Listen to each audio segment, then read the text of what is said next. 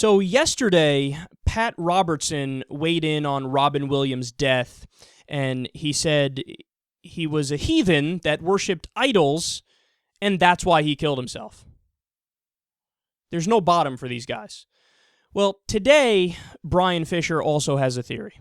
I think the chances were very, very good that Robin Williams was demonized, that Robin Williams was afflicted, oppressed by demons, and that Robin Williams himself acknowledged that Robin Williams himself acknowledged that his success as a comic, as a performer, was owed to the spirits that took him over when he stepped on the stage to perform. And in the end, it seems likely that these demonic spirits took him where all demonic spirits, where all emissaries of Satan want to take us, and that is to the place of hopelessness, despair, and death. Now, the world would say he was demon-possessed. Now, I don't use that terminology because it's not biblical. The biblical terminology is demons do not possess us, we possess demons. That's how it's always put in the Gospels. A man is described as having a demon or being demonized, being under the influence or the oppression of demonic spirits. But the way the world would phrase this is, was Robin Williams demon-possessed? And the answer to that question, using the vernacular, is very likely. The answer to that question is yes. Very likely, yes. Good point. Very likely. I love how that's Bryan Fischer's idea of being reasonable and leaving the door open, being moderate. Like, well, let's wait until we know for sure, guys, but it's very likely Beelzebub got in Robin Williams. How deep does the rot go and the brainwashing go in a mind like Bryan Fischer's?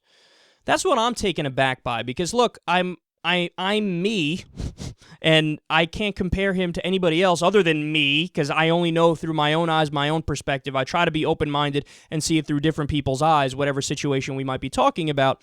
But, like, think about what it takes to get to that point in your life, Bryan Fischer, for, like, obviously when you were a kid, you were indoctrinated into believing Christianity and the Bible. And then as you got older, you believed it more. And then you've convinced yourself so deeply that it's true and that it's right and that it actually is happening and there are demons and angels and the devil and et cetera, that you go on a radio show. Okay, I would say where a lot of people hear you, but we all know nobody listens to the show. And you just proclaim like, oh, absolutely, this beloved actor and comedian who killed himself, demon possession, most likely. But there's no way you can know that because there's no evidence demons are real. Like, that's the thing about Bryan Fischer. He skips over step 1, 2, and 3 and goes right to, I know this thing exists, and it's probably the case that Robin Williams was demon-possessed. But, like, I always go back to the same point with guys like this. So there have been thousands of religions throughout history with thousands of different belief systems, but Bryan Fischer has convinced himself that the one he grew up with in his culture at his particular time in history, it's the only right one. Greek gods are wrong, Roman gods are wrong, Mormons are wrong, Scientologists are wrong, Buddhists are wrong, Hindus are wrong, gods from the Amazon, from shamanic rituals are wrong, Native American deities wrong. Like, just everybody else is wrong about everything ever, right? And he has the one truth about his God and his religion, and he's like, the demon possession gets all the people who are depressed, and that's why Robin Williams killed himself.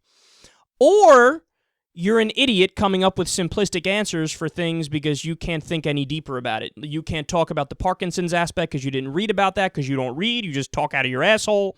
You didn't read about depression. You didn't read about his addiction throughout his life. You didn't read about his money troubles. You didn't read about the 4,762 things that all came together to lead to the situation. Instead, you have to revert back to what you believe and superimpose it on the situation, and you say, must have been demon possession. And by the way, Bryan Fischer has done this with multiple different stars. I think he said it about Beyoncé once and Katy Perry once. Basically, anybody with talent, he goes, well, there's got to be demon possession going on. And what does he point to say that? Well, he says he'll point to like little offhanded comments they make where they go, you know, I feel like it's not me when I'm performing. I feel like it's some sort of energy that comes into me, et cetera, et cetera. But I've made that comment before. When I'm doing my show and I'm ranting and I'm in the zone and I'm talking about something I'm passionate about, I don't like know the words before I say them. They come out as I'm going through it. Does that mean that Satan has stuck a pitchfork in my ass and is prodding me along? Of course not. Because Satan's not real, the Tooth Fairy's not real, the Easter Bunny's not real, and all these different, fake, mythical, superstitious beings aren't real. But Bryan Fischer, since he's stuck in this primitive, toddler-like mindset, he can't see anything other than what he wants to see. Dude, grow up. You're not convincing anybody. We're in a country where about 76% of the population is Christian. And even they look at this guy who's uber Christian and they're like, well, I'm not like him because that guy is fucking hoo-hoo-hoo-hoo.